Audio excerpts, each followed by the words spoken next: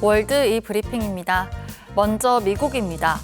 제롬 파월 미국 연방준비제도 의장이 기준금리 인하를 서두를 필요가 없다는 입장을 다시 한번 밝혔습니다.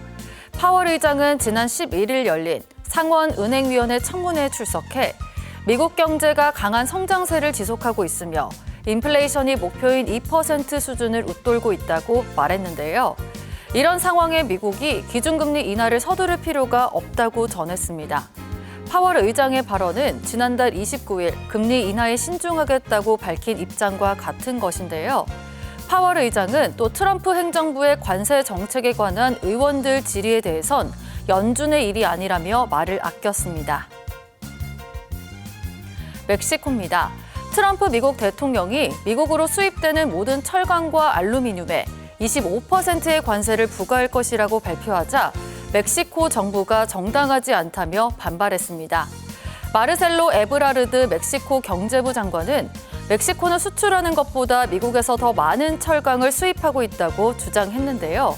미국 인구조사국 데이터에 따르면 멕시코의 대미 철강 제품 수출은 2022년 이후 감소한 반면 멕시코는 미국으로부터 더 많은 수입을 하고 있는 것으로 나타났습니다. 에브라르드 장관은 상식적으로 지난 40년 동안 양국이 쌓아온 것을 파괴하지 않는 것이며 북미 무역과 생산을 파괴하지 말라고 말했는데요. 또 미국의 관세는 미국과 멕시코, 캐나다 협정에도 악영향을 미칠 것이라고 강조했습니다. 호주입니다. 호주가 히토류 등 중요 광물과 탄소 배출 없이 재생에너지로 만든 수소를 생산했을 때 세금을 감면해 주는 법을 제정했습니다. 호주 의회는 현지 시간 11일 이 같은 내용의 법안을 통과시켰는데요.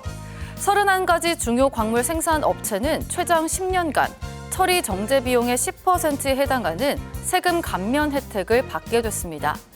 그린 수소는 1kg당 2호주 달러, 우리 돈 약 1,830원의 세금 감면 혜택을 받습니다. 히토류 등 중요 광물은 태양광 패널 배터리와 잠수함 항공기 등 군사 물자 생산에 필수적인 자원인데요. 서방 각국은 중국에 대한 의존도를 낮추기 위해 중요 광물 공급망 강화에 투자하고 있습니다.